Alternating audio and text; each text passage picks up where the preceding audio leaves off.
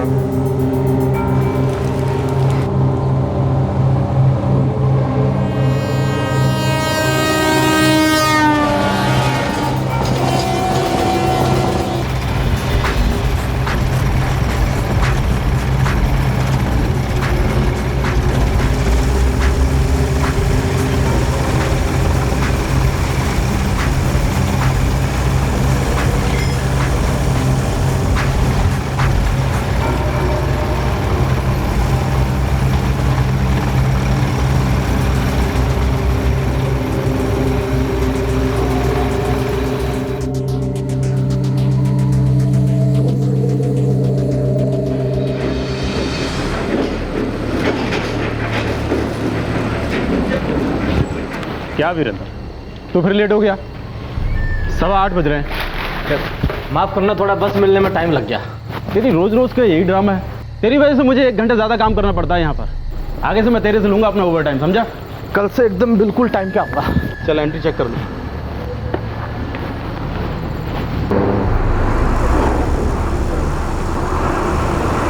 Thank you यार। हैं अरे कितना? 80, 55, 8:30 पे।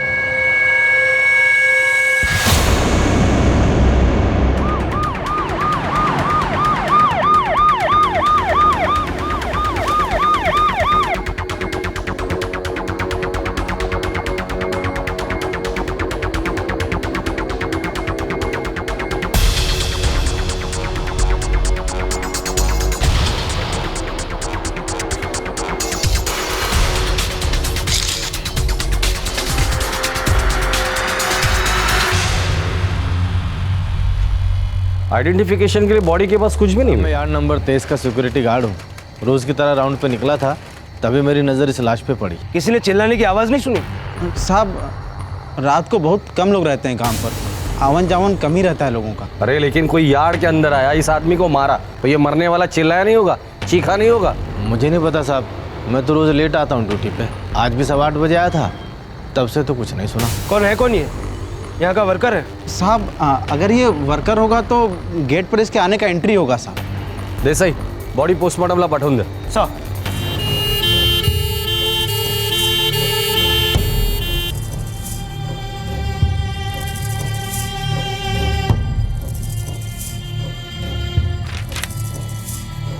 नहीं साहब, इसकी कोई एंट्री नहीं है यहाँ पर। तो फिर ये अंदर कैसे आया?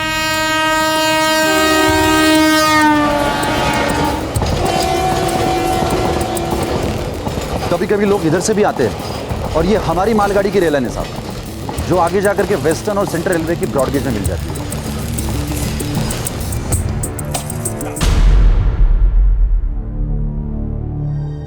कौन था वो आदमी और क्यों मारा गया? मुंबई पोर्ट ट्रस्ट के पास ही मिली इस बेनाम लाश की शिनाख्त पुलिस के लिए किसी भूल भुलैया से कम नहीं थी।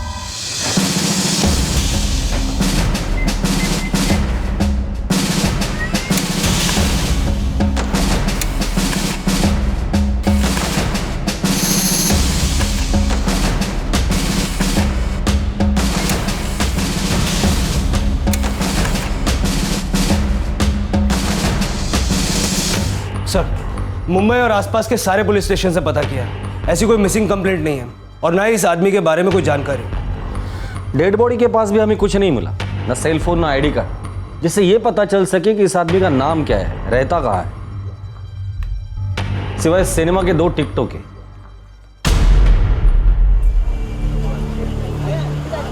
उम्र 35 से 40 के बीच है, 14 बार वार हुआ है। इस पर लगा हुआ खून और बॉडी का खून दोनों मैच होते हैं। खून इसी से किया गया है। अभी तक हमें इसका नाम तक पता नहीं चला है। मुस्लिम है, खतना हुआ है।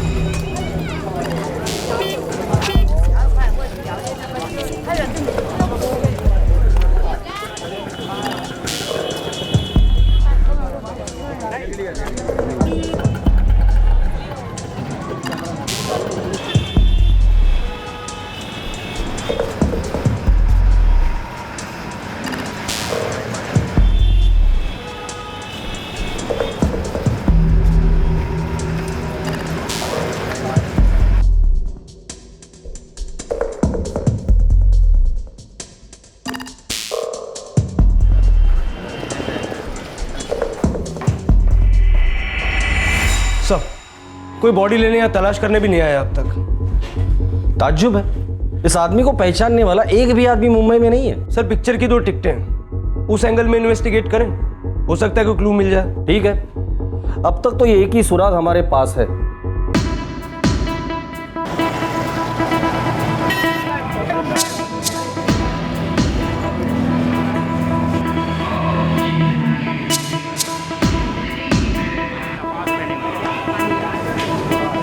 सब बहुत ही छोटा सा थिएटर है ये हमारा। 30 रुपए का टिकट है आज के ज़माने में भी। यहाँ पे सीसीटीवी कैमरा कहाँ से लगाएंगे साहब? ये फोटो ध्यान से देखो।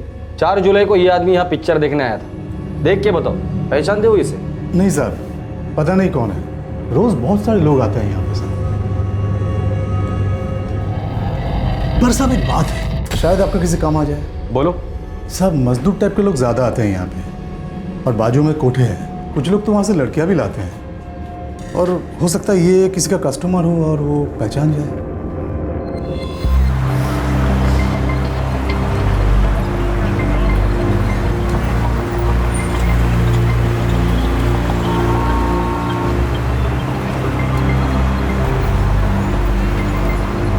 बहुत सारे कोठे और उनमें काम करती न जाने कितनी औरतें। इनमें से कोई शायद उस आदमी को जानता हो। ये तो घास के ढेर में से सुई ढूंढ निकालने से भी ज्यादा मुश्किल था।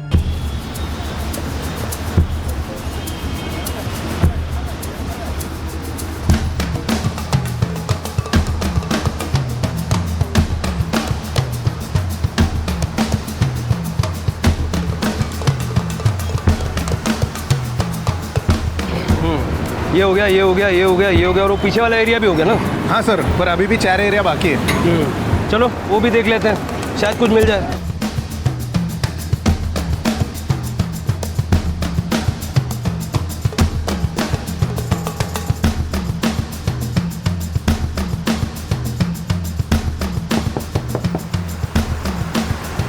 इसको जानती है? नहीं मालूम कौन है ये, नहीं जानती मैं इसको।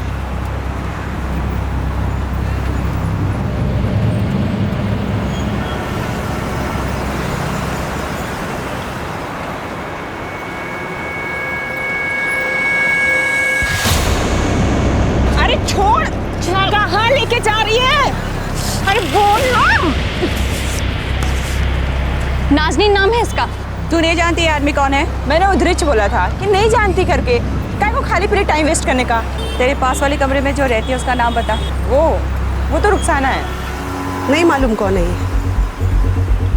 देख नाज़नीन, हमें पक्का बताया कि ये रुखसाना उस आदमी को जानती है। हाँ तो उसको पकड़ने का साहब, मेरे को काय को परेशान करने का। तू सिर्फ इतना बता, रुखसाना झूठ बोल रही है ना? साहब मैंने उस आदमी को 1-2 बार आते जाते देखा था रुखसाना के पास। हो सकता है वो भूल गई हो।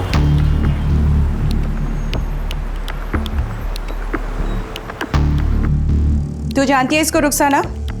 नहीं जानती। हमें पता है तुम झूठ बोल रही हो। एक बार बोला ना साहब, नहीं जानती मतलब नहीं जानती। अभी भी झूठ बोल रही हो। मैं सच्ची बोल रही है साहब। हमें सिर्फ ये पता करना है कि ये आदमी है कौन। साहब धंधे से सर उठाने का टाइम नहीं मिलता। अब क्या मैं हर आने जाने वाले का फोटो खींच के मोबाइल में रखेगी? अरे नहीं पढ़ने का इस लफड़े में मेरे को साहब। तेरे पास आया था? हर आदमी का चेहरा देखेंगे ना तो जीना मुश्किल हो जाएगा। हम हाथों का रोकड़ा देखते हैं, आदमी का चेहरा नहीं। देख रुखसाना, मैं जानता हूं तू लफड़े में नहीं पड़ना चाहती, पर ये लफड़ा नहीं है, एक्सीडेंट का केस है। एक्सीडेंट में मरा ये।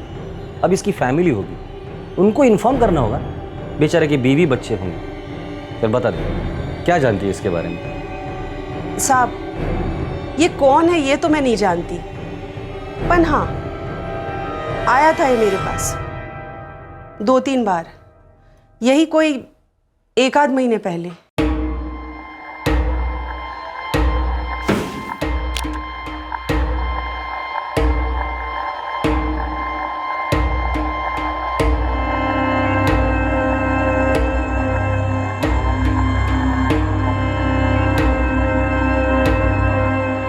कस्टमर था साहब, और कुछ नहीं पता। कस्टमर था, 2-3 बार आया था, कभी नाम नहीं पूछा उसने? इधर कौन अपना असली नाम लेकर आता है साहब? और अपने को क्या करना किसी का नाम पता ठिकाना जानकर? अपना काम है, रोकड़ा लिया, काम किया, खलास। और वैसे भी वो कोई सेठ वेठ नहीं था कि मैं उसका नाम पता जानती। तेरी मैडम को तो मालूम होगा ना? मेरे को मेरा मालूम, अपनी कोई मैडम नहीं है। ये तुम्हारे पास आया कैसे? वो मेरा एक पहचान वाला उसको लेकर आया था। कौन? जमाल। पूरा नाम बोल। अशरफ जमाल साहब, वो मेरा पुराना कस्टमर है, वही उसको लेकर आया था मेरे पास। ये अशरफ जमाल मिलेगा कहाँ? वो तो नहीं पता साहब, वो कोई कंस्ट्रक्शन साइट पे दिहाड़ी मजदूरी का काम करता है। किधर? इधर ही वडाला में कहीं।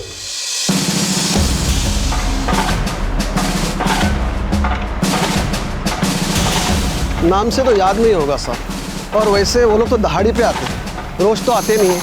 आप कॉन्ट्रैक्टर लोगों से पूछ लो, शायद उनको पता होगा। अशरफ जमाल? नहीं साहब, मैं किसी अशरफ जमाल के बारे में नहीं जानता। बंगाल वाला अशरफ जमाल तो नहीं साहब?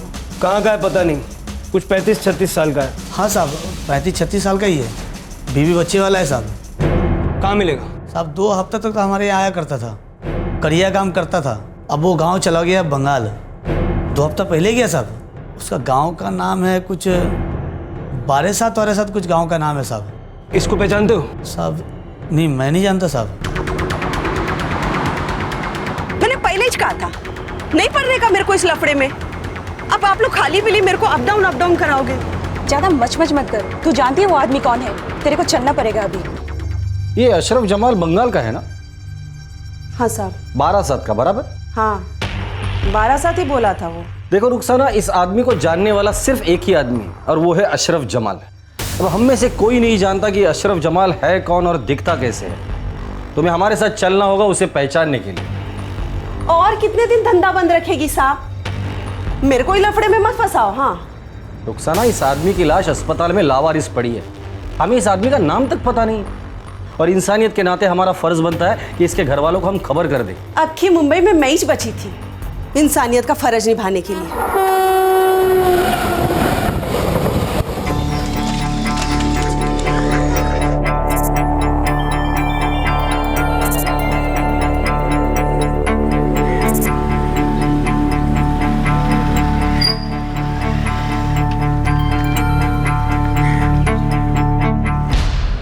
अभी 7 गांव और बाकी है।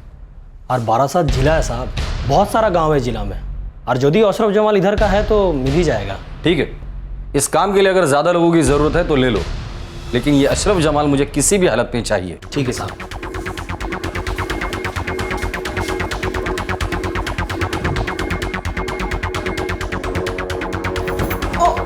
मैडम 5 दिन से इधर पड़ी है, और कितने दिन रहने का इधर मेरे को? जब तक अशरफ जमाल नहीं मिल जाता है तब तक। मैडम, अरे मेरे को काय को फंसा रहे हो तुम लोग?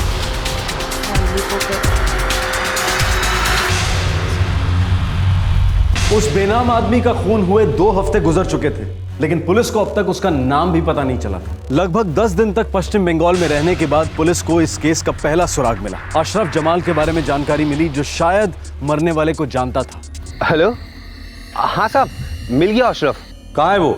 इधर ही चांदपुर में देसी दारू के अड्डा में पड़ा है, पी के टूने है साहब।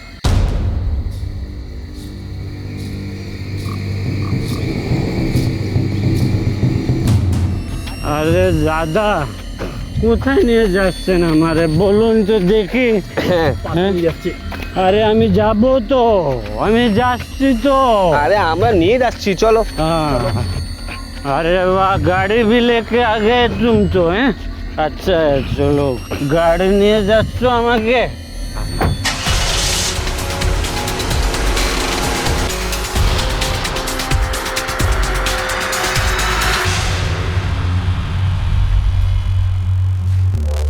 यही है अशरफ जमाल? हाँ साहब यही है।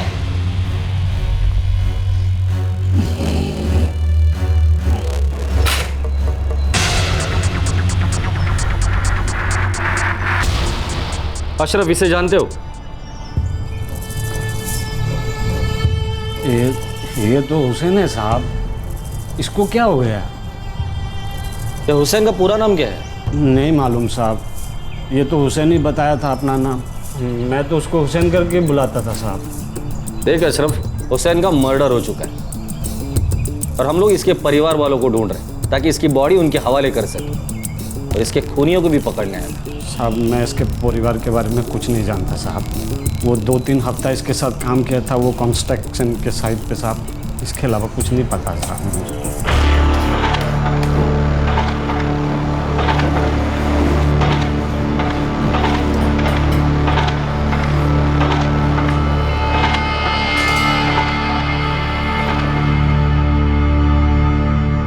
तुम दोनों काम कहाँ करते थे? साहब वो बडाला में जो ऊंची सी बिल्डिंग में काम चल रही है ना साहब, वहीं पे काम करते थे साहब। नाम क्या है बिल्डिंग का? ये तो मालूम नहीं है साहब, हमें वो स्टेशन से उठा के ले जाते थे, हम चले जाते थे साहब। अच्छा वहाँ का कोई मजदूर या कॉन्ट्रैक्टर वो तो पहचानता होगा इससे? हो सकता है साहब।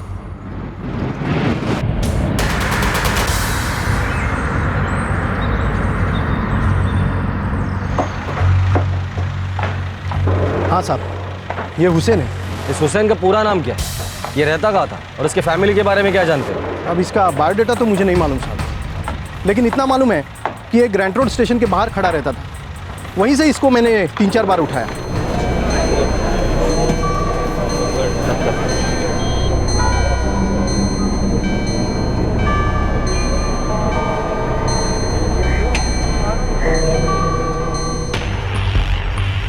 हुसैन का मर्डर हो चुका है, हम लोग इसके घर वालों को ढूंढ रहे हैं। इस हुसैन के बारे में क्या क्या जानते हो तुम? ज़्यादा कुछ मालूम नहीं सर, लेकिन एक नंबर का बेवड़ा था, झगड़ा करने के लिए हमेशा तैयार रहता, बात बात पर उसकी खोपड़ी सटकती थी। इससे काम करवाना बहुत मुश्किल था साहब, कारीगर की कमी ना होती तो मैं इसको कभी काम पर नहीं रखता। मूल जी ऐसी कोई भी बात बता सकते हो जिससे हमें ये पता चले कि ये हुसैन है कहाँ का, इसका दोस्त कौन है, दुश्मन कौन है? ऐसी कोई भी बात बताओ जिससे हमें ये पता चले कि ये हुसैन का मर्डर हुआ क्यों है। एक दिहाड़ी मजदूर है मनोज, वो इसको जानता था, आप उससे पूछताछ करो। ये मनोज है कौन? वो रोजंदारी पे मजदूरी करता है, हुसैन के साथ मैंने कई बार इसको काम पे रखा था। और ये मनोज मिलेगा कहाँ? ये आप कांति से पूछो, वो एक लेबर कॉन्ट्रैक्टर है।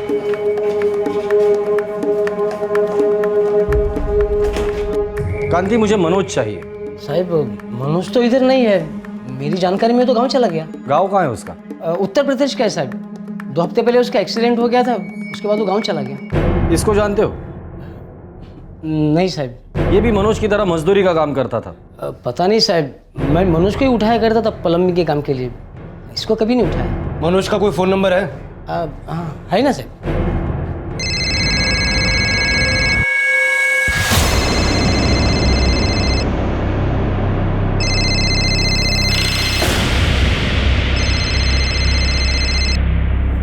हेलो मनोज जी बोल रहा हूँ, आप कौन? इंस्पेक्टर जादव बोल रहा हूँ वडाला पुलिस स्टेशन से। जी साहब, क्या हुआ साहब? ये तुम्हारा दोस्त हुसैन कहाँ है? हुसैन मुंबई में ही होगा साहब, मैं तो इधर गांव में हूँ। क्या हुआ साहब? अब क्या किया हुसैन ने? मुझे हुसैन का पूरा नाम चाहिए, उसके फैमिली के बारे में क्या जानते हो तुम? साहब उसने कभी अपना पूरा नाम बताया नहीं, मैं उसे हुसैन ही बुलाता था साहब, और ज़्यादा जान पहचान तो थी नहीं हमारी, हम एक ही जगह काम करते रहे, बस इतना ही साहब। और वैसे भी मैं उससे 2 हाथ दूर ही रहता था साहब। क्यों? साहब एक तो वो बहुत पीता था, ऊपर से ज़रा सी बात पे सबसे झगड़ा करता था साहब, और कोई भी उसको काम पर लेना ही नहीं चाहता था। मजदूर कम हो, मजबूरी हो, तभी उसको बुलाते थे साहब। मनोज तुम्हारे दोस्त हुसैन का खून हो चुका है। क्या? किसने मारा होगा उसे? साहब ये मैं कैसे बता सकता हूँ साहब, सबसे तो झगड़ा था उसका साहब, ठेकेदार से, मजदूर से, सबसे झगड़ा करता था साहब। सबके साथ उसका झगड़ा होता था, तुम्हारे साथ कभी हुआ नहीं?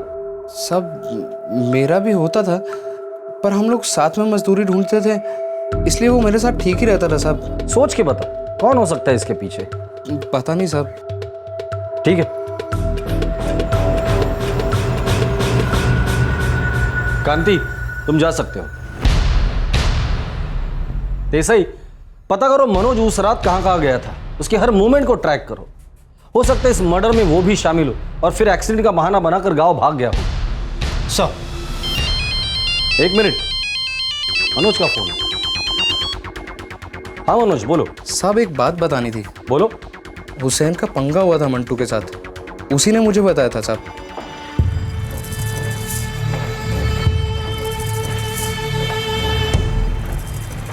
हुसैन, और तू क्या बैठने को आएगा इधर?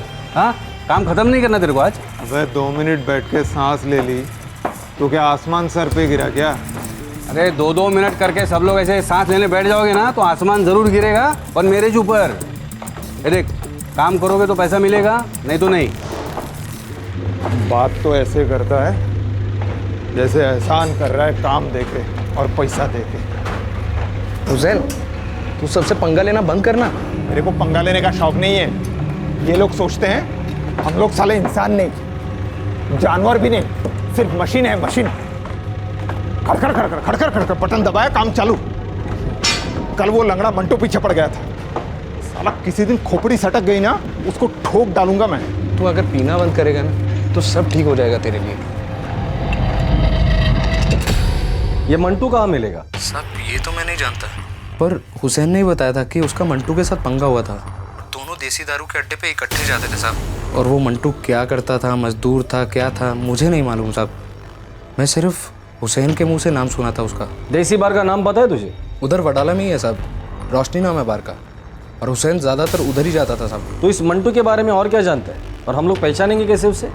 मैं उसे नहीं जानता साहब, पर हाँ हुसैन उसे लंगड़ा बोलता था साहब, मंटू लंगड़ा। ठीक है,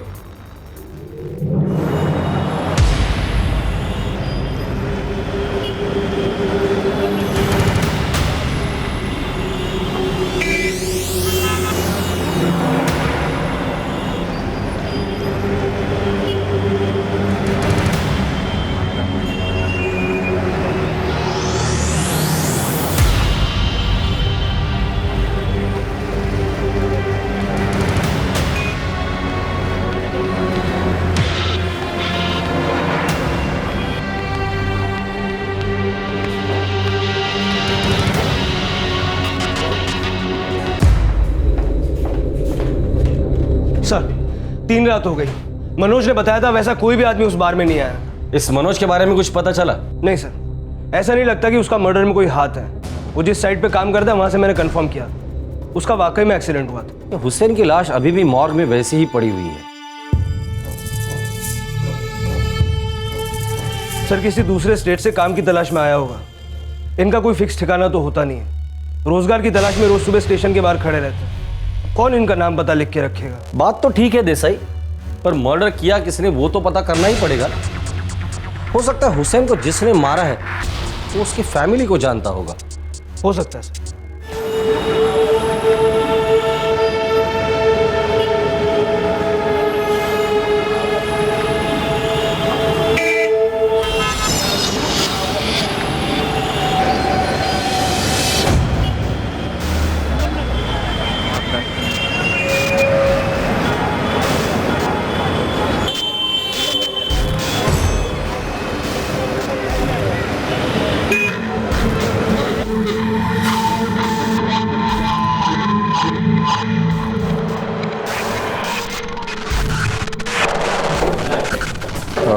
वो आदमी कौन है?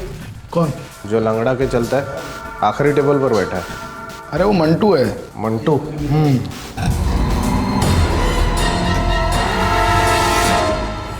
क्या हुआ साहब? अरे साहब, साहब बोलो तो देख साहब, साहब अरे साहब क्या कीजिए साहब?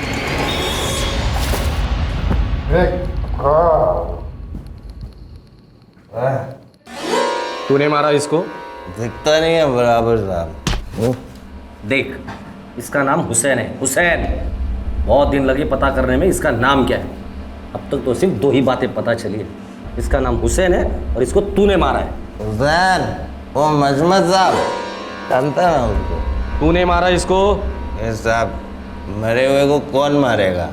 अच्छा, ऐसा ही इसको उल्टा लटका दो, फिर ये सब सच बोल दे। नहीं साहब, साहब सच बोलेगा ना साहब। साहब कौन मारा किसको सब बोल डालेगा। साहब पौवा पिला दो।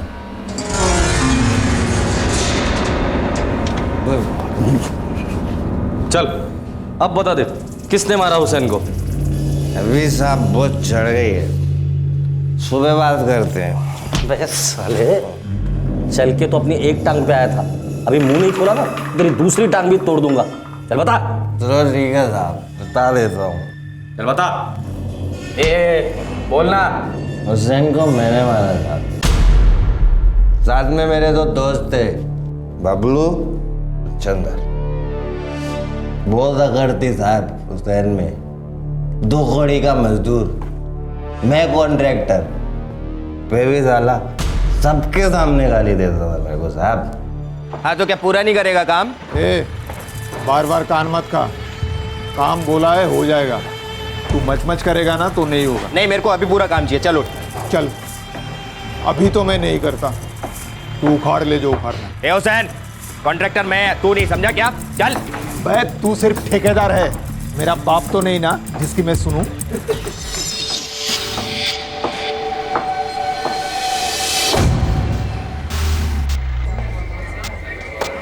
देख हुसैन, कल तूने नाटक किया ना, मैं तेरे को काम पे से निकाल देगा। अबे लंगड़े, तू क्या सोचता है? तू रोटी फेंकता है इसलिए मैं जिंदा हूँ? बाहर की पीता है तू, ठेकेदार कोई तेरे को खड़ा नहीं करता। साले तेरी अकड़ कम नहीं होती। मुंबई के हर स्टेशन पे तेरे जैसे कम से कम 50 लोग खड़े रहते हैं काम मांगने के लिए। चल ठीक है, कल से किसी और को उठा लेना, मेरे को भी तेरे साथ काम पे नहीं आने का। पछताएगा तू, रोएगा साले एक दिन। वो दिन कभी नहीं आएगा साले झिंगुर। किसी दिन सटक गई ना तो 2 टुकड़े करके फेंक दूंगा तेरे को। पुलिस पता ठिकाना पूछती फिरेगी तेरी।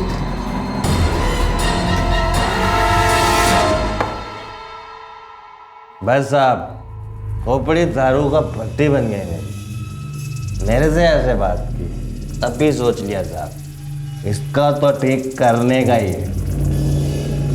अब बोला चंदर और बबलू को, साले का ऐसा सेटिंग करने का है, काम मांगना भूल जाए। पकड़ लिया उसको तीनों ने।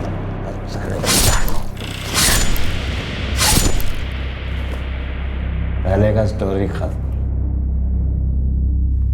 अभी मैं सो जाऊं साहब, नींद आ रही है।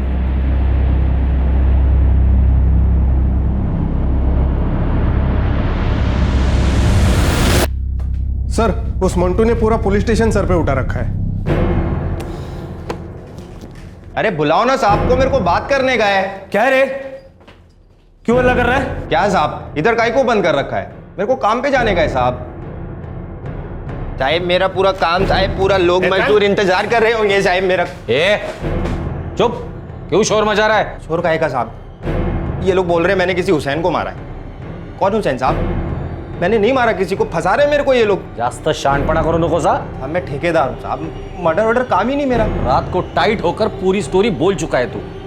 क्या क्या बोला मैं? सब मैं क्यों मारेगा किसी हुसैन को साहब? साहब मेरे को देरी हो रही है साहब, मेरे को साइट पे जाने का है साहब। साइट पे जाना है तुझे? देरी हो रही है, अब तेरी उतर गई है ना, अब तू सब सच बोलेगा। येऊन जा रे आला। साहब खाली पीली गरीब को फंसा रहे हो साहब, मैंने नहीं मारा साहब किसी को, मैं सच्ची बोल रहा है साहब। ऐसा लगने लगा था कि पुलिस के हाथों हुसैन का कातिल लग चुका है। पुलिस को पूरी उम्मीद थी कि मंटू से पूछताछ कर हुसैन का पता, पूरा नाम और सब जानकारी मिल सकेगी। पिछली रात मंटू ने जुर्म कबूल किया, लेकिन सुबह होते ही उसने यू टर्न ले लिया। क्या कभी इस केस को क्लोजर मिलेगा? क्या मरने वाले को नाम, पता, परिवार, आइडेंटिटी मिल पाएगी?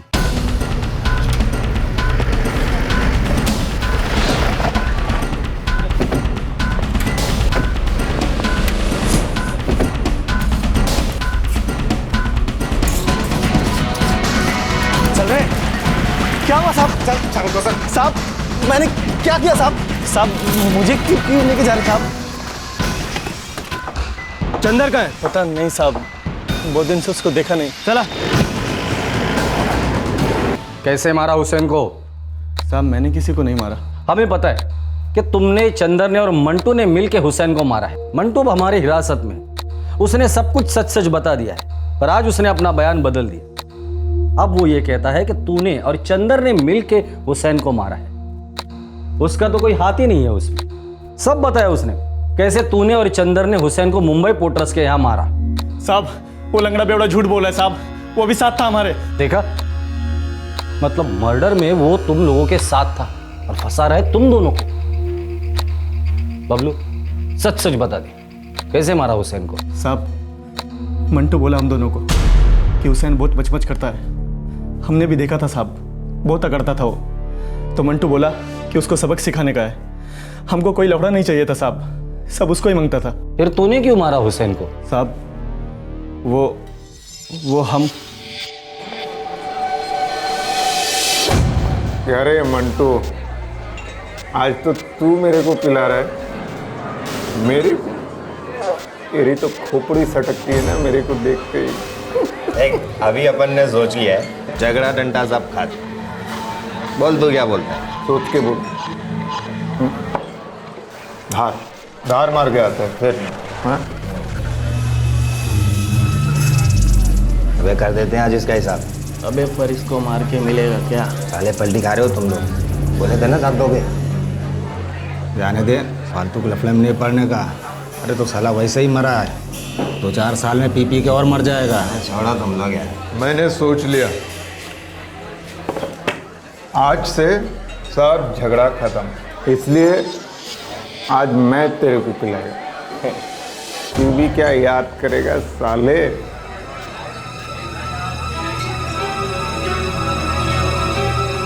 अबे आज बहुत माल है तेरे पास। सब कॉन्ट्रैक्टर लोगों के साथ पंगा लेके सबसे वसूली कर लिया, सबका हिसाब खत्म। हुसैन चल एक काम करते हैं, उधर बीपीटी गोदी के पास चलते हैं, मस्त ऐश करते हैं।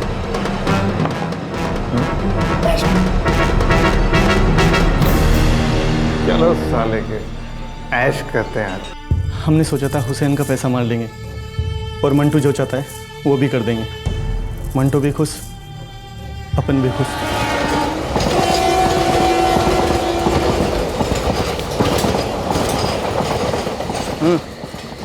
यार्ड के रास्ते से चलते हैं। यार्ड के रास्ते से चलते हैं। क्या बोला? कुछ नहीं, यार्ड से शॉर्टकट लेते हैं। मैं तो थोड़ी देर में लुढ़कने वाला हूँ यार। बस क्या हुसैन, चलना।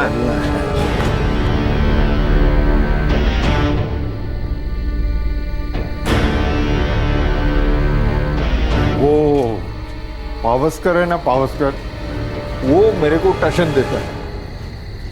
मैंने उसको बोला है चल निकाल मेरे पैसे। वो बोलता है आज नहीं मिलेगा। बोले मिलेगा कैसे नहीं बे? ये चंदर कहाँ है? नहीं पता साहब, हम तीनों ने सब माल आधा आधा किया। उसके अगले दिन से मैंने चंदर को कभी नहीं देखा। ये हुसैन का घर कहाँ है और उसके घर वाले कहाँ हैं? वो नहीं मालूम साहब। हम लोग साइड पर मिलते थे या फिर बार में। कौन किधर रहता है क्या मालूम साहब।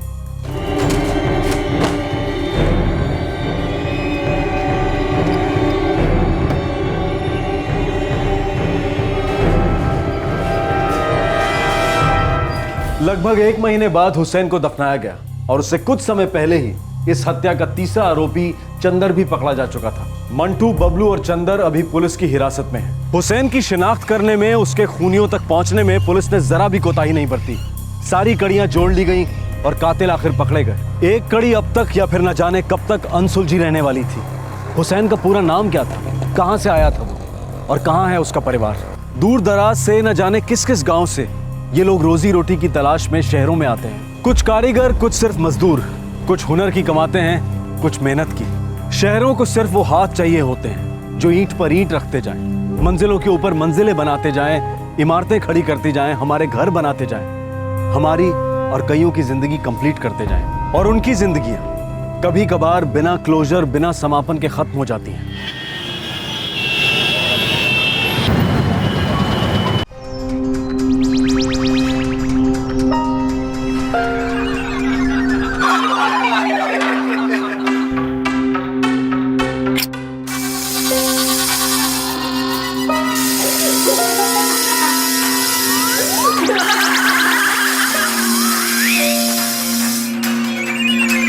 नमिता, सूरज, चलो बेटा जल्दी दूध पी लो। अरे आप कहाँ चल दिए? वही पेशेंट कॉल। आज संडे है, साथ में लंच नहीं करेंगे?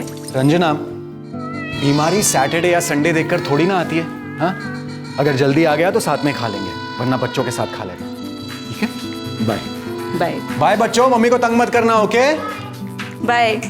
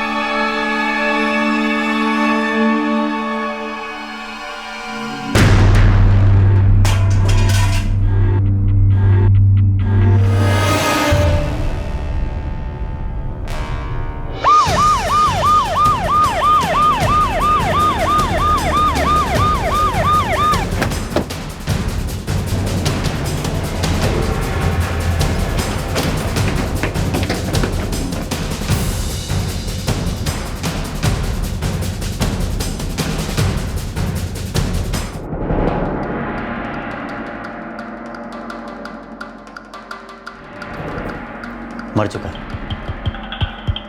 जैसा बोया वैसा काटा।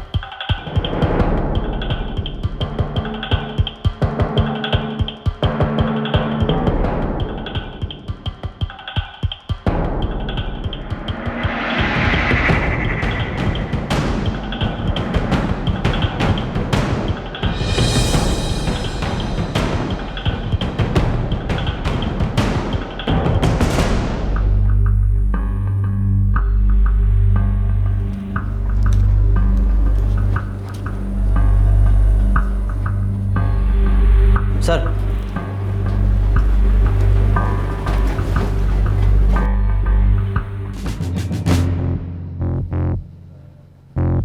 सर, कमरुद्दीन ने सबसे पहले बॉडी देखी थी। जी साहब, हम 207 का ऑर्डर लेकर के जा रहे थे, तभी देखा कि दरवाज़ा खुला हुआ है। हमें लगा कुछ गड़बड़ है, हम यहाँ आए तो ये देखा साहब। विकास है, ये लखनऊ का ही रहने वाला है। किस समय चेक इन किया था? सर, दिन के करीब 12 बजे। अकेले या कोई था साथ में? सर, एक्चुअली विकास साय ने रूम सिर्फ 4 घंटे के लिए बुक किया था। लड़की का चक्कर है क्या? सर, विकास साय हमारे रेगुलर कस्टमर थे। ये क्या हर बार अपने नाम पर रूम बुक करवाता था? जी सर। और हर बार किसी लड़की को साथ लाता था? जी सर। सेम लड़की? नहीं सर, अलग अलग लड़की। आज कौन थी इसके साथ? ये तो मालूम नहीं। अब हम अपने गेस्ट के पर्सनल मामलों में तो नहीं पड़ते सर। पर हाँ सर, आशीष जो हाउसकीपिंग में है, उसने कमरुद्दीन के बॉडी देखने से तकरीबन 10 मिनट पहले एक लड़की को रूम से निकलते देखा था। साहब, हम 209 की सफाई कर रहे थे, झाड़ू लेने के लिए बाहर आए तो देखे एक लड़की 203 से बाहर जा रही है।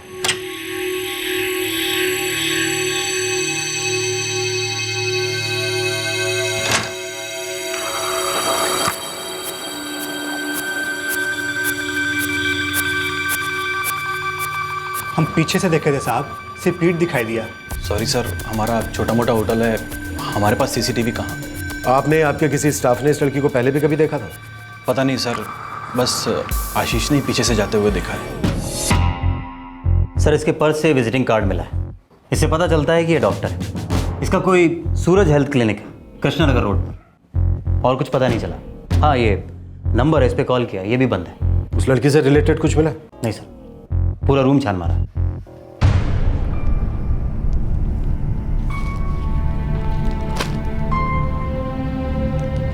जैसा बोया वैसा काटा। ये कुछ बदले का मामला लग रहा है। राजीव। जी सर। बॉडी को पोस्टमार्टम के लिए भेजो। डॉक्टर विकास सहाय ने करीब 12:15 बजे घर छोड़ा और 1.5 घंटे बाद उनकी लाश किसी होटल के एक कमरे में पड़ी मिली। ये तो जाहिर हो गया था कि वो वहां क्यों गए थे, लेकिन वहां वो किसके साथ थे ये राज था। स्वाभाविक है कि उनकी पत्नी रंजना को अपने पति की मौत की खबर सुनकर गहरा झटका लगा था, लेकिन ये जानकर भी वो कम सदमे में नहीं थी कि उनका पति पेशेंट से मिलने जा रहा हूं कहकर होटल के कमरे में क्यों गया था।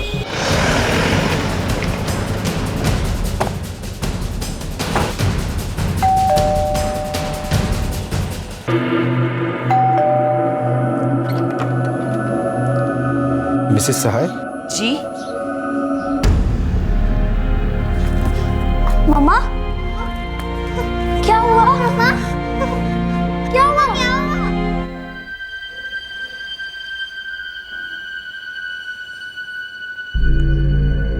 उनकी बॉडी अभी पोस्टमार्टम के लिए अस्पताल गई हुई है। आप लोग क्यों झूठ बोल रहे हैं मुझसे? मेरे पति एक पेशेंट को देखने के लिए गए थे। मैं नहीं मानती आप लोगों की बात।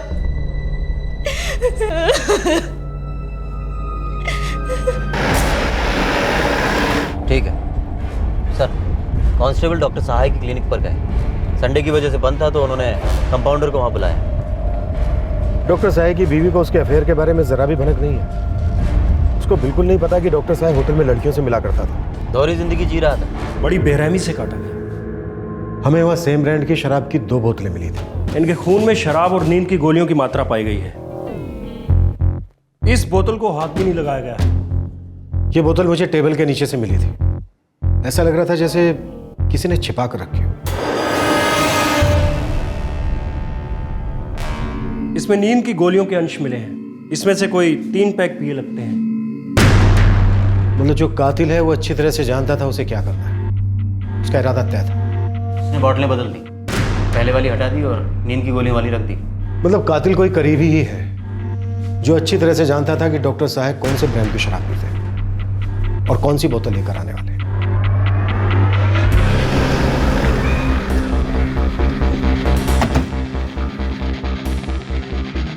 सर, इस बारे में मुझे ज़रा सा भी मालूम नहीं है। डॉक्टर साहब हमेशा होटल में जाते थे और हर बार किसी ना किसी लड़की को साथ लेकर जाते थे। नहीं सर, मुझे नहीं लगता ये सच है। डॉक्टर साहब बहुत ही शरीफ इंसान थे। समझ में नहीं आता ये हो कैसे गया। इस डॉक्टर ने अपनी दोहरी जिंदगी का राज अपने घर वालों, अपने करीबी लोगों से बहुत सावधानी से छुपा रखा था। उसके कॉल रिकॉर्ड्स कल तक हमारे हाथ में होंगे सर। ये कत्ल या तो कुछ हासिल करने के लिए किया गया है या फिर खुंदक निकालने के लिए। ये कोई करीबी है जिसके सामने इस डॉक्टर की दोहरी जिंदगी का राज खुल गया था। उस हाउसकीपिंग वाले लड़के ने कहा था कि उसने वहां से एक लड़की को निकलते हुए देखा है। इस लड़की को या तो डॉक्टर ने खुद बुलाया होगा या फिर ये बिन बुलाए मेहमान थी। और डॉक्टर साहब ने जो शराब पी थी उसमें नींद की गोलियां मिली थी। और सेम ब्रांड की हमें वहाँ 2 बोतलें मिली।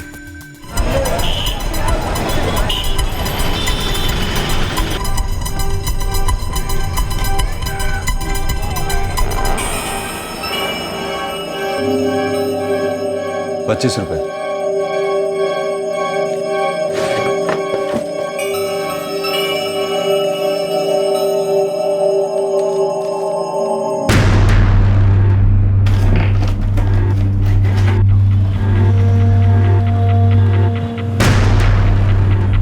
डॉक्टर विकास सहाय के कत्ल का कोई भी सुराग हाथ नहीं लग रहा था। उनका परिवार उनकी मौत और उनकी दोहरी जिंदगी के खुलासे को लेकर सदमे में था। और उसी दिन कोई थी जो विकास सहाय को एक कुरियर भेज रही थी।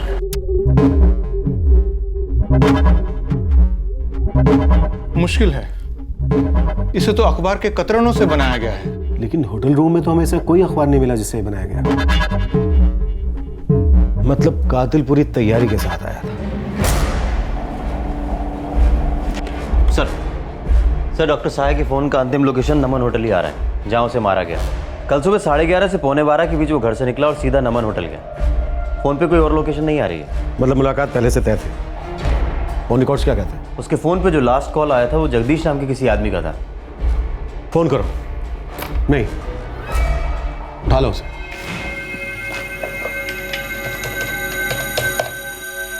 You are not dialing a valid number.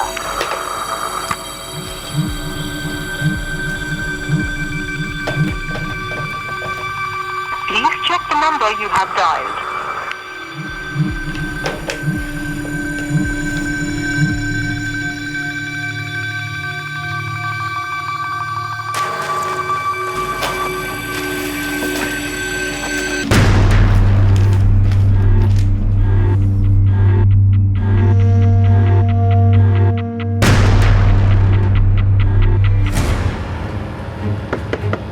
Yes come in. Sir कल ये लिफाफा आया कुरियर के लिए। डॉक्टर विकास सहाय। सर भेजने वाले का नंबर और डॉक्टर विकास सहाय का नंबर दोनों ही नहीं लग रहे। तो कुरियर मत भेजो। कितनी बार ये बात बताइए तुम्हें? विकास सहाय। जी सर, मुझे भी ये बाद में अचानक ख्याल आया।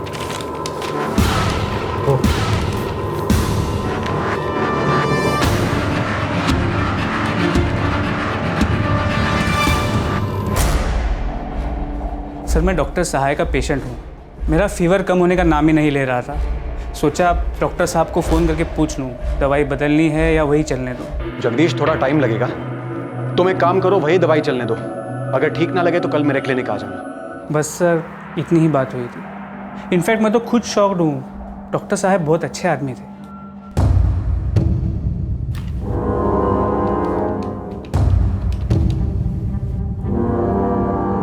हेलो, कौन बोल रही हैं आप?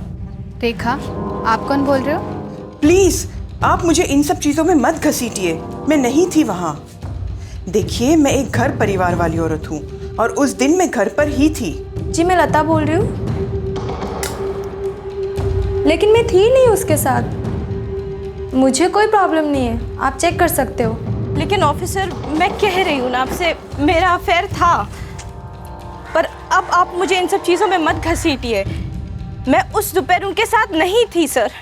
सर कई औरतों से बात हुई है, सभी ने उसके साथ होने से मना किया। कोई भी कत्ल वाली दोपहर को उस होटल में नहीं गई थी जहां डॉक्टर सहाय का मर्डर हुआ। हाँ, उसी दिन सुबह 11 बजे एक लैंडलाइन से फ़ोन आया था डॉक्टर सहाय के फ़ोन पर। उसके होटल के लिए निकलने से पहले? जी, किसी जनार्दन मुखी का नंबर है।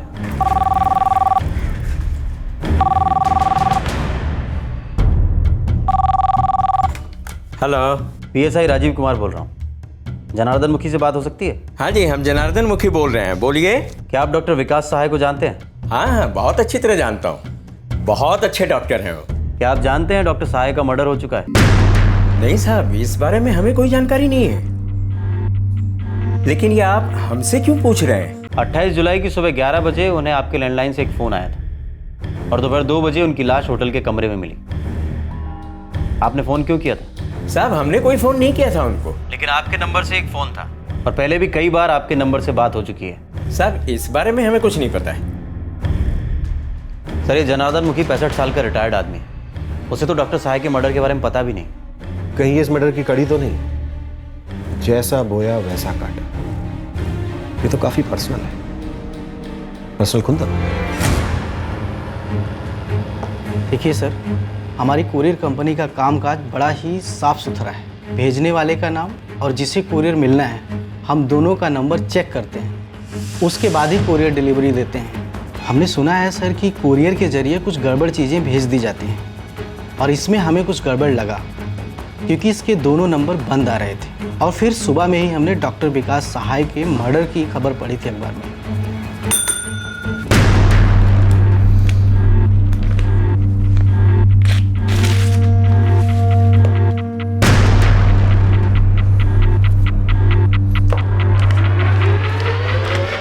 रंजना जी, आपका पति आपके हवाले। ये खत विकास सहाय की पत्नी रंजना के लिए था। ये कौन सा भद्दा और बेरहम खेल था? क्या था उस लिफाफे में?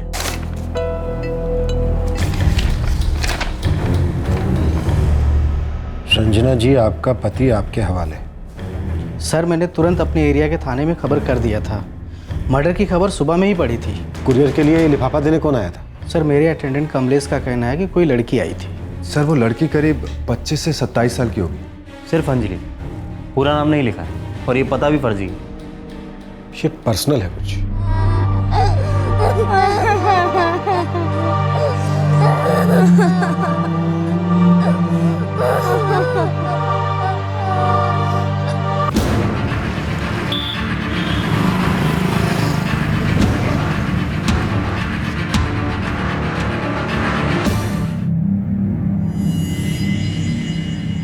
मुझे नहीं पता। मैं नहीं मानती कि उनका किसी औरत के साथ गलत रिश्ता हो सकता है। देखिए रंजना जी, यही सच है। ये कड़वा घूंट आज नहीं तो कल आपको अपने गले से उतारना ही होगा। ये सच हमारे सामने आ चुका है। आपके हस्बैंड का मर्डर हो चुका है। उनकी लाश हमें एक होटल के कमरे में मिली, जबकि वो ये कहकर गए थे कि वो किसी पेशेंट को देखना चाह रहे हैं। अभी तक तो हमें यही लग रहा है कि उनका कत्ल किसी औरत ने किया है, जिसे उनसे अपना कोई पुराना हिसाब चुकता करना था। मुझे सच में नहीं पता।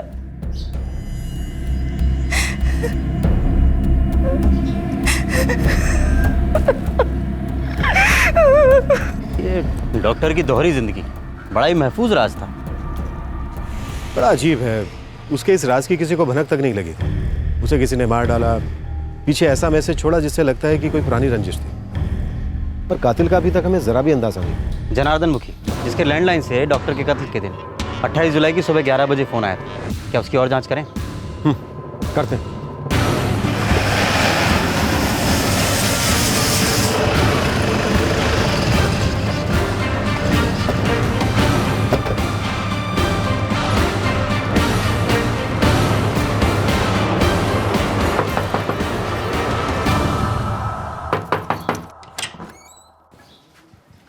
जी जी, इस बारे में साहब से हमारी बात हुई थी।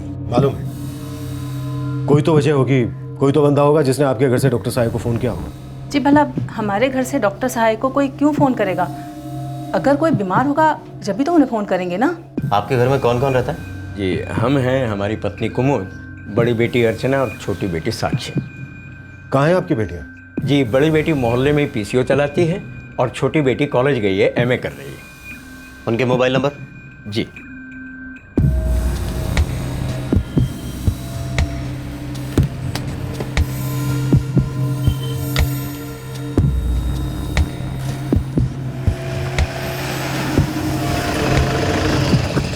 जी मैंने तो डॉक्टर साहब को कोई फ़ोन नहीं किया। उन्हें जानती तो है ना? जी हाँ, बिल्कुल जानती हूँ। बल्कि वो तो हमारे घर भी आए थे कोई 6 साल पहले, जब मैं बीमार थी। बड़े अच्छे आदमी थे। जब उन्हें पता लगा कि हम गरीब हैं तो हमसे फीस भी नहीं ली उन्होंने।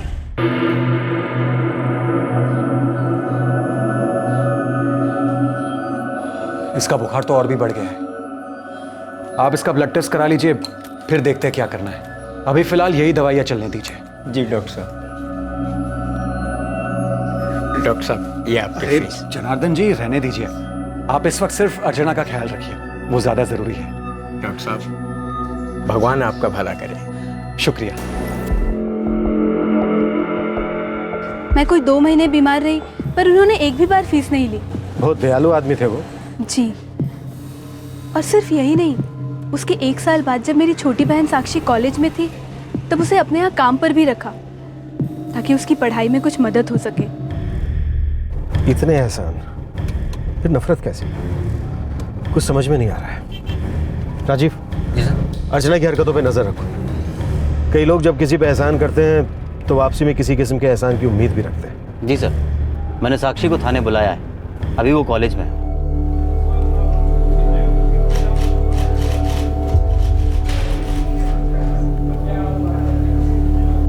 साक्षी, अभी तुम डॉक्टर साहब के साथ काम नहीं कर रही थी? जी नहीं सर, 2 साल हो गए काम छोड़े हुए।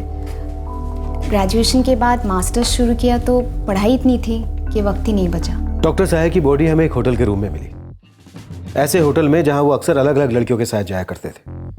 उनकी इस लाइफ के बारे में उनके घर में भी किसी को कुछ नहीं मालूम।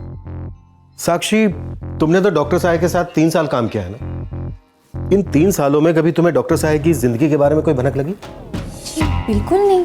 डॉक्टर साहब ने तुम्हारी बहन अर्चना का मुफ्त में इलाज किया, तुम्हें काम पे रखा उस वक्त जब तुम्हें एजुकेशन के लिए सपोर्ट की जरूरत थी।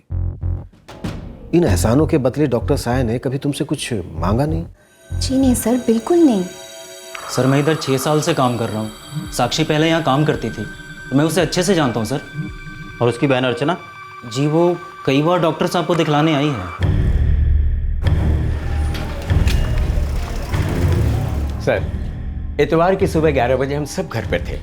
छोटी बेटी साक्षी की कॉलेज बंद थी और बड़ी बेटी अर्चना शाम में ही दुकान खोलती है। उसी दिन उसी वक्त डॉक्टर साहब को आपके घर से फ़ोन किया गया और आपके घर का हर मेंबर इस बात से इनकार कर रहा है। जनार्दन जी, दाल में कुछ काला है। साहब, कोई गड़बड़ ज़रूर है।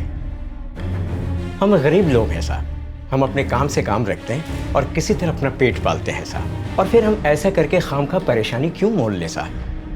जरूर कोई गलत फहमी है साहब। सर ये कॉल पक्का जनार्दन मुखी के लैंडलाइन फ़ोन से सुबह 11 बजे किया गया था। अर्चना और साक्षी के फ़ोन रिकॉर्ड्स क्या कहते हैं? उनके रिकॉर्ड्स के हिसाब से उनके फ़ोन की लोकेशन होटल के आसपास नहीं आ रही है। लगता है ये बहुत ही अंदरूनी गहरी बात है, जिसका नाता डॉक्टर साहब की किसी हरकत, किसी गलत काम से जुड़ा है। रंजना जी, आपका पति आपके हवाले। कोई अपने दिल की खुन्नस निकाल रहा था और ये वो जाहिर भी करना चाहता था। या तो ये काम उसने खुद किया है या फिर किसी से करवाया है।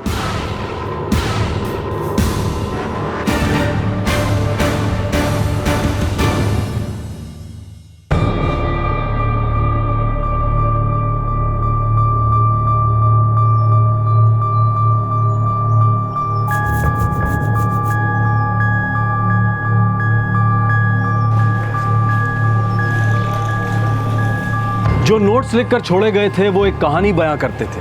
अब ये कहानी क्या थी, किसकी कहानी थी, यही इस कत्ल की वजह और कातिल को सामने ला सकता था। कौन था जो बदला लेना चाहता था और लिखकर ये जाहिर भी करना चाहता था कि ये बदला ही है, प्रतिशोध ही है और कुछ नहीं।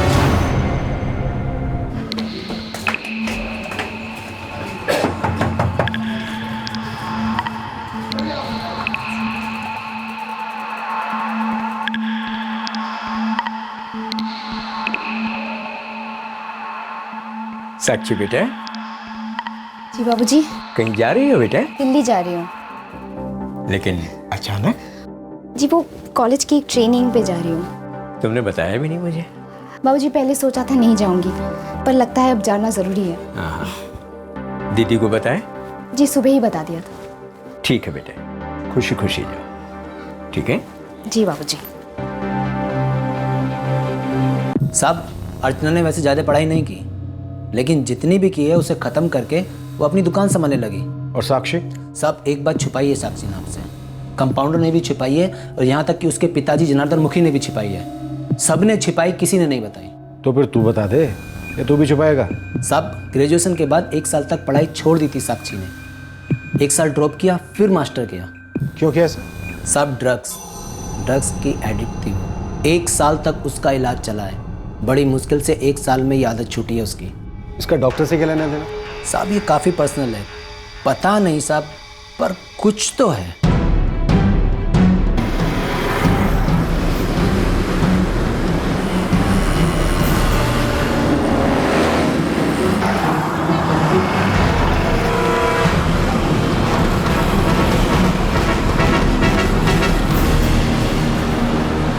बगैर बताए चले जाने का सोच लिया? साक्षी, ना तो दिल्ली में तुम्हारा कोई प्रोग्राम था, ना ही तुम दिल्ली जा रही थी। जाहिर सी बात है तुम भाग रही थी। तुम्हारा डॉक्टर साहे के मर्डर से कोई ताल्लुक है साक्षी? जी मुझे पता था उसे कौन सी ब्रांड की विस्की पसंद थी। मुझे पता था नींद की गोलियां कितनी असरदार होती है, गहरी नींद में पहुंचाने के लिए कितनी गोलियां काफी होती है।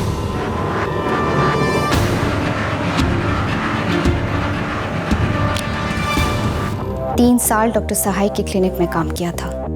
मेडिसिन के बारे में इतनी जानकारी तो हो ही गई थी। जी मैंने ही डॉक्टर सहाय को अपने घर से 28 जुलाई की सुबह 11 बजे फोन किया था।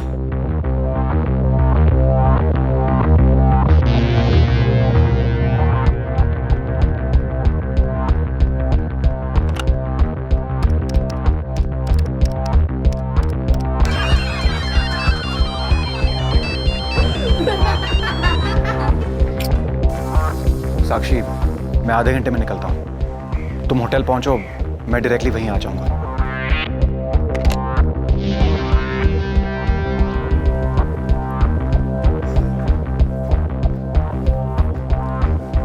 ड्रिंक बना? जरूर, पूछ क्यों रही हो?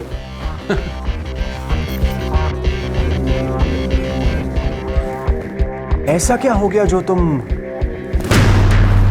फिर से मेरे पास चली आई? आना ही था, आना ही पड़ा। Thank you sweetheart.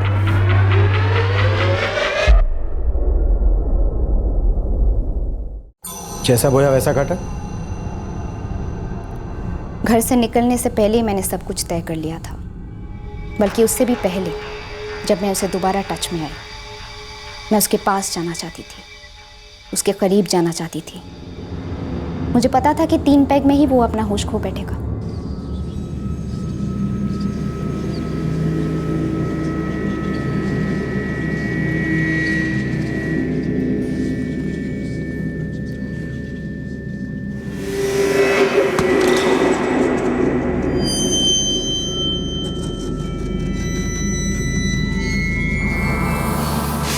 फिर तुम कुरियर करने गई? जी। 25 रुपए।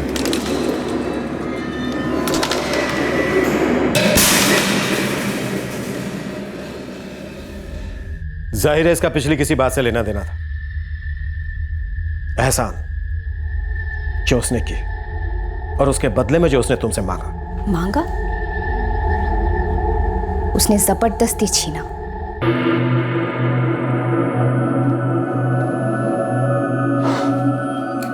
अब फिक्र करने की कोई बात नहीं है, ये बहुत जल्द ठीक हो जाएगी। ये बड़ी मेहरबानी डॉक्टर साहब आपकी। ऐसी कोई बात नहीं है, ये तो काम है हमारा।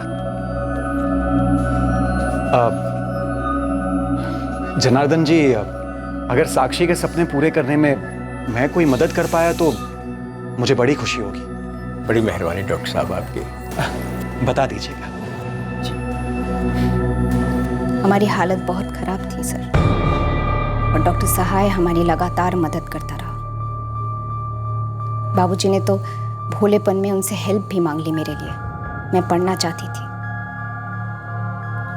डॉक्टर सहाय ने तुरंत अपने क्लिनिक में मुझे नौकरी दे दी। उस समय मुझे उसके इरादों का ज़रा सा भी अंदाज़ा नहीं हुआ। हो सकता है कि मेरे वहाँ काम शुरू करने के बाद उसकी नीयत बदल गई हो, पता नहीं।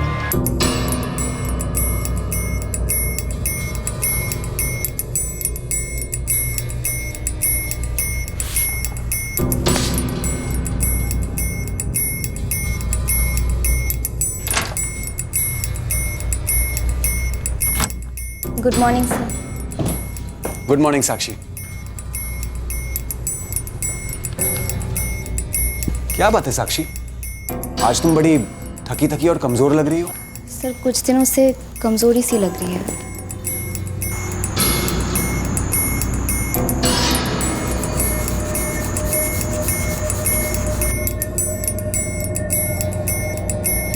लगता है तुम्हें विटामिन डेफिशिएंसी है, पर डरने की कोई बात नहीं है, मैं तुम्हें दवाई देता हूं।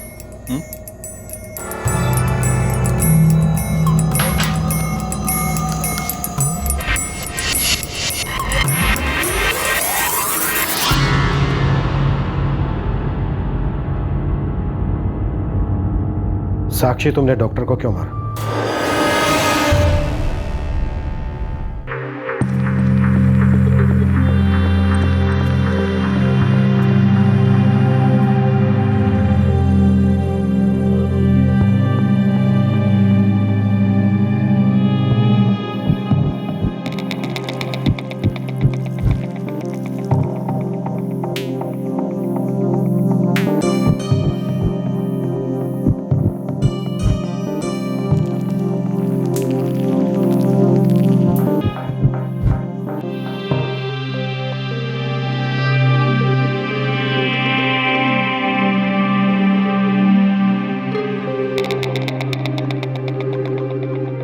मुझे समझ ही नहीं आया कि मैं उन दवाइयों की एडिक्ट होती जा रही थी।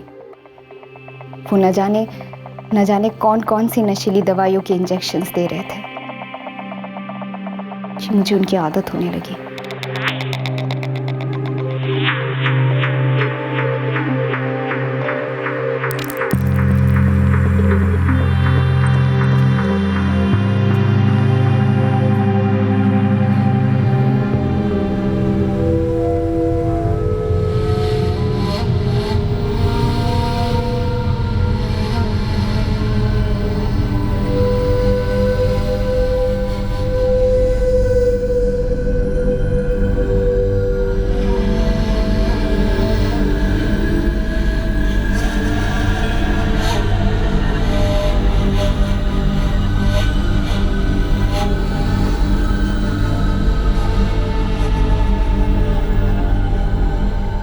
जब तक मुझे एहसास हुआ कि वो मुझे सेक्सुअली एक्सप्लॉइट कर रहा है, तब तक बहुत देर हो चुकी थी।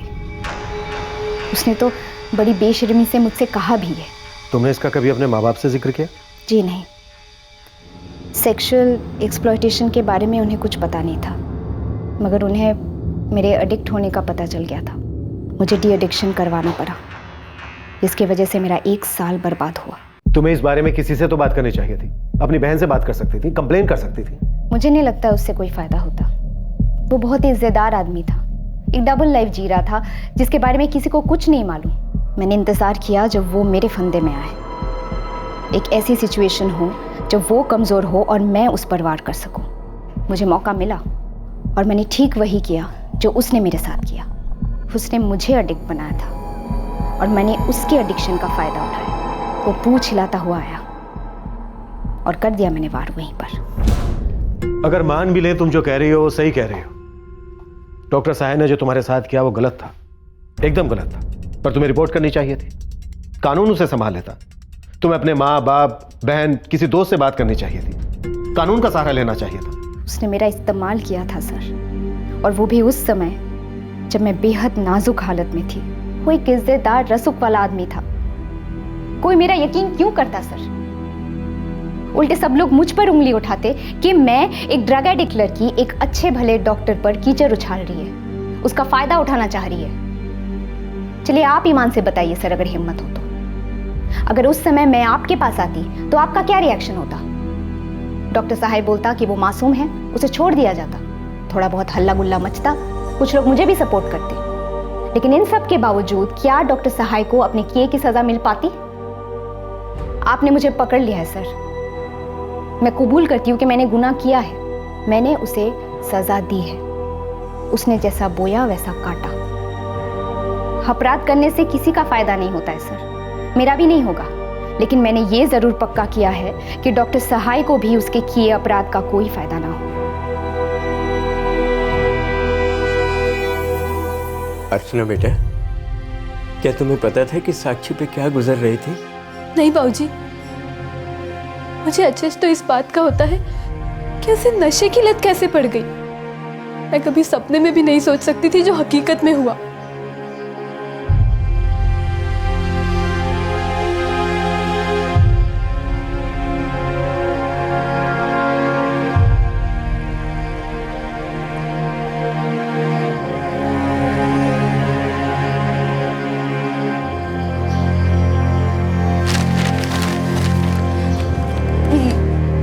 ये सच नहीं है बेटा, लोग तो कुछ भी बुरा बोलते हैं, लेकिन ये सब झूठ है, झूठ है सब।